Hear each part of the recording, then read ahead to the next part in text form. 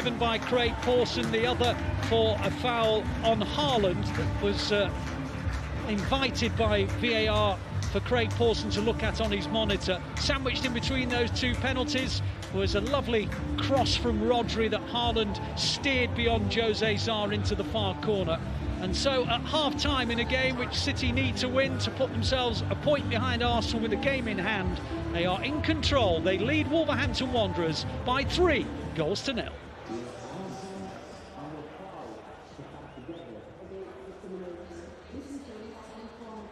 Well, let's go back to the studio and we can join Keith Curle, Shaun Wright-Phillips, Joleon Lescott and Cel.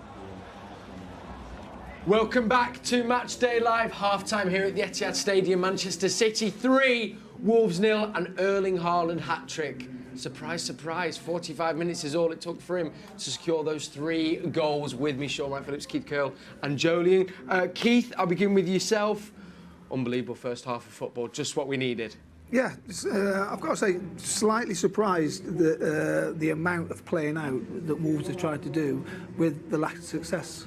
You're thinking, you understand, as good City are with the ball, they're excellent out of possession of the ball and they set traps. And you're thinking, why come here and why invite that pressure and continue to do it? Yeah, it was something that we touched upon before as well.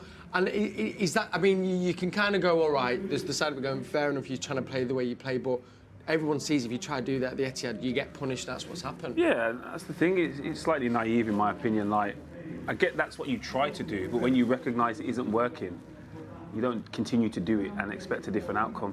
Like, it isn't getting any success, not even close to being successful. It's just creating more problems, and it doesn't get better because players become more tense and lose more confidence, so it gets harder to do. So you should recognise that as an individual, not just a coach, like as an individual, as a player, as a team, someone to say, maybe let's not do that this time. Let's get a bit more confidence and momentum in the game and go a bit more direct. I'm sure maybe there might be discussions happening in the Wolves change room at half time, but from a City point of view, Shaun, a very accomplished 45 minutes and very comfortable. Well, I think Joleon hit the nail on the head before the game. He said sometimes it's not about performance, it's about results. At the minute, they're doing both. They got the performance and the result, and I think we're so aggressive in the press right now, like the traps that Keith said they're setting. KDB's pretty much leading that way. One of the chances and goals came from him running past Haaland to basically start off that press, and all the rest of the team go in behind him. So for me, you just have to maintain that, because both the guys have said it.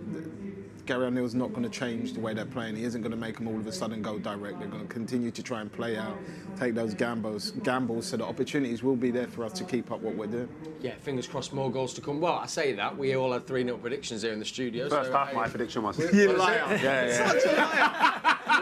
Was there an asterisk next to it? I've got another one for the second. I'll get that then at the end of this show. Let's hone in on the goals, and it's all about one man, the big man, obviously coming back from his injury. And it's funny, isn't it? I think he puts him top goal scorer, and this is apparently a season where he's not been at his best, supposedly, but 3 goals. First one was a penalty. Do you think slightly harsh for it was a challenge on Guardiola, Keith, or do you think it was a penalty? We had a debate. I think it's harsh because the defenders' eyes are solely on the ball, and I don't think the outcome of the trajectory of the ball was affected. And then I think then Guardiola's gone into the lad's leg. Yeah, you can say it's high, but I think, I'll accept it and I'll take it. Yes. But as a defender by trade, I thought it was harsh. Yeah, I think it kind of felt that. It was scored by Haaland. That set us on our way, Joleon. And then second goal, the big man as well, and a lovely taking goal as well. Lovely, well worked. Great cross. And I'm probably the only person on the pitch that recognises that and is able to execute due to his athleticism and height. Just put it in a horrible area for defender. Keith will know that. As soon as you see the striker pull behind you and you can see your number, you know you're not in control of the situation, and then you're just anticipating the contact and thinking, please don't be too aggressive. I could get hurt, yeah. And obviously, he's just got his eyes on the ball, and it's a great header, though. It's a great header. It was interesting in that build-up as well. It was De Bruyne had kind of the ball on the right-hand side of the box, and I felt, and this shows what little I know, that the pass should have gone the other way, but he finds that extra one to Rodri, and then I guess that's it, isn't it? When you think he's going to go one way. Yeah, that's the thing. I think, and again, no disrespect to you and average fan, they're looking at the next pass where Kevin and most of the players are looking at the next player's pass, so they can pass the ball and what's his outcome. So if you pass it to someone and he's isolated, it may look like a great pass, but you've left your teammate isolated. It's like, well, what is Rodri's outcome? Rodri's ability to create an opportunity for Haaland, so that's why you have to see something different. Yeah. It's interesting. I mean, we might probably focus on this again at full time, Shaun, but Rodri, I don't need to talk about kind of that he's obviously the best holding midfielder for me in the world. But attacking wise, and forward play this season has gone up, one with his goals and also assists. What's changed in his game, and what has he added to his game to enable that output? Would you say he's added anything to his game, or has it always been there? He's just letting it out. Now he's playing maybe a different way because of the way City are playing. It's slightly different. It's allowing him to be in those positions. You've got to think about the amount of possession City have. Some of the teams, all teams, are on the 18-yard box, so that allows for him to become higher and be able to be in shooting positions or in positions that he was before, where he sets up that ball and like he's guided that ball into an area where he knows Haaland in. It's like Joleon said, once he's behind you and he has that two-step runner, chances are you ain't beating him in the air, and it's the perfect execution of the header. I think Kovacic helps that as well. He knows there's an extra bit of security back there, so it helps him understand that he's going forward, and maybe or not he's seeing Declan Rice getting assists, so he's thinking, you know what, I need to step up and do all that as well. I heard they got a bet. Oh yeah, he's got a bet. If he gets 10 goals, the whole team has to play with their shirt tucked in. Is that true? Yeah. I've heard that as well. May hopefully before the end. What is he on now? He's got to be on 7 or 8, isn't he? 7, I think. He's going to need some top form. That's Haaland form. Start playing him up front. He's be good enough. That's us at 2-0, and then right towards the end of that second half, another penalty, Keith, but this one feels a lot clearer than the first one. It was a stone cold penalty for me. Yeah, definitely. I was quite surprised with the referee, the amount of time he took with VAR. You're thinking, like, we saw it in real time, then we saw one replay, and you're like, yeah, it's the pen. Yeah. Surprised by, I think he looked again, wanted to see another angle, and you're thinking, like, pen's a pen. Yeah. If you don't touch the ball and kick the players, it tends to be a penalty. Yeah.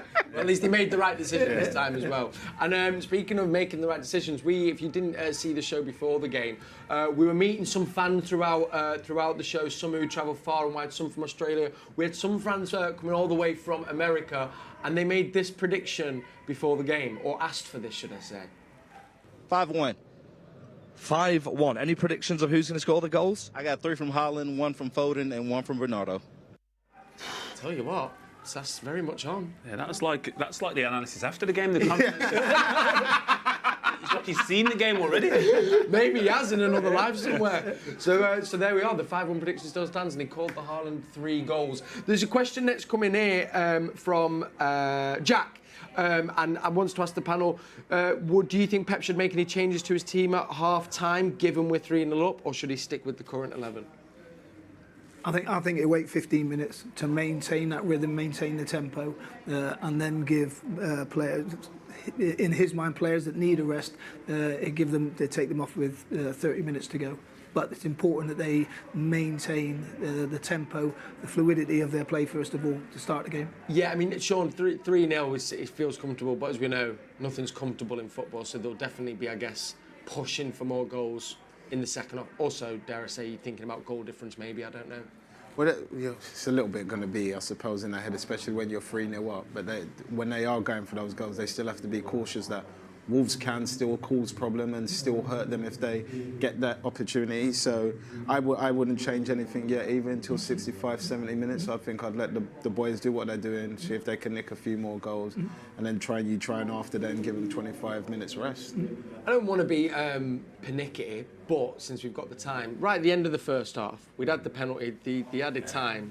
There's a corner, Joleon, and it does look. Yeah, there's an argument for at least to be looked at a potential foul on Ake or big push in the box. Yeah, I agree. I think if the scoreline's different, similar to the first pen that's given, I think if it is 3-0 when that incident happens, I don't think that's probably given as a pen. So I think the referees or VAR are using the scoreline, not to manipulate anything, but just to allow it to be an easier game for them. Yeah. I think they've less to do when the scoreline's as convincing as it is. I think if it's tighter, they find ways to look at stuff that probably shouldn't be looked at, and then when things should be looked at, when the scoreline's out of reach of the opposition, it's like, well, we'll just leave it. They almost are kind of letting it, but I guess Lewis is kind of dictating how they're looking at the game when it should just be that across the board, shouldn't it, Keith? I think in real time I missed it because Shaun had some lemon meringues delivered. Yeah. I was focusing on that. On the lemon meringues. We have to give a shout out to our chef as well. Steve, big Steve. There you go, always delivers it. In the changing room as well, Shaun, obviously they'd be delighted, but we can see for the Wolves team, got a few players warming up, so do you think possible changes to come? Well, you wouldn't necessarily say watching the game that it's a personnel thing with the Wolves. I think it goes back to the what Keith and what Joleon was saying. They're taking too many chances trying to play out of a well-drilled City team which are aggressive in the press. So I think there's more of a tactical thing in terms of don't take silly risk at the back. If you have to get it up the field and play from then. But in terms of that, it'd be interesting to see what he does because if you come out here, you could open yourself up to a cricket score if you keep trying to be all flamboyant. A few people mentioned this, and it probably might sound like an obvious question, but Semedo wasn't sent off. Why was that? Because he's a genuine attempt to play the ball. Yeah. Right. If you're not attempting to play the ball, that's when it's a red card. Okay, but because he's actually gone for the intention, the right intention is there. So it's not a professional foul, effectively. Okay. So had he tried to just play kick them out. If he just kicked him, he would have been red. That's a red card. Yeah. Okay, that one does make sense. If you were the Wolves manager, is it the system changing that you'd be saying in there, Keith, possibly? I think just don't take as many risks as what they're taking. You're thinking like, so it's not obvious when they're playing out. It's not obvious that they're trying to create or find a weakness in City. They're just playing, and you're thinking like, well, where are you going? And you're thinking like, so if that's your remit, you're doing it on the edge of your 18-yard box. So why not say, right, we're going, we go up, we kick the ball long, pick the weakest header of City, and then land on second balls, and then freedom to go and play and express yourselves. Then at least you're doing it 40 yards away from your goal. At the minute here, you're inviting pressure, and it does affect players. Of course. I guess when for them you can feel that it can spiral out of control very quickly on the pitch. Definitely, and if you are slightly naive as a player, you might think, next time I'll be all right. I won't do that again. I won't make that mistake. Yes. You will make that mistake because City are setting traps in regards to where they want you to pass it, how they're going to retrieve it. So, again, I don't think there'll be a system change. I think it's more of a tactical awareness. But not just the manager. The players have to take responsibility and not make yourself available. Like, when the keeper's got the ball, don't give him an option. He's not going to pass to you then, is he? He's going to just go more direct. Almost force his hand a little bit. And I guess, and then from the City point of view, I know we said 15 minutes probably you want to keep that rhythm. We have got a week off, which is rare for City in a season, which helps. But you also have that thing, Shaun, of wanting to keep your other players fresh as well. Yeah, well, we're at that time of the season where everyone calls it the business end of the season, where you very rarely see Pep change too much. He normally keeps a certain number of those players playing all the time and rotate, mainly with like the outside players, the wingers. So I could imagine it'll be pretty much similar now because all these players, like Haaland's just come back from injury. Field was out a little bit, so they're going to want minutes as well. So I think if you can keep them as sharp as they look today, and they have to play 90 minutes to get to that point, let them play the full 90 minutes because we're going to need them in the next three games coming up to be at that level right now. That we need to be at. Lovely stuff. Well, thank you to Shaun, thank you to Keith, thank you to Joleon, thank you to you as well at home. So come join us at full-time. Players are making their way out. It's Manchester City 3, Wolves 0, a Haaland hat-trick. I'm going to hand over to Alistair, man, who's got your commentary on the City app. Thanks for watching. I'll see you at full-time.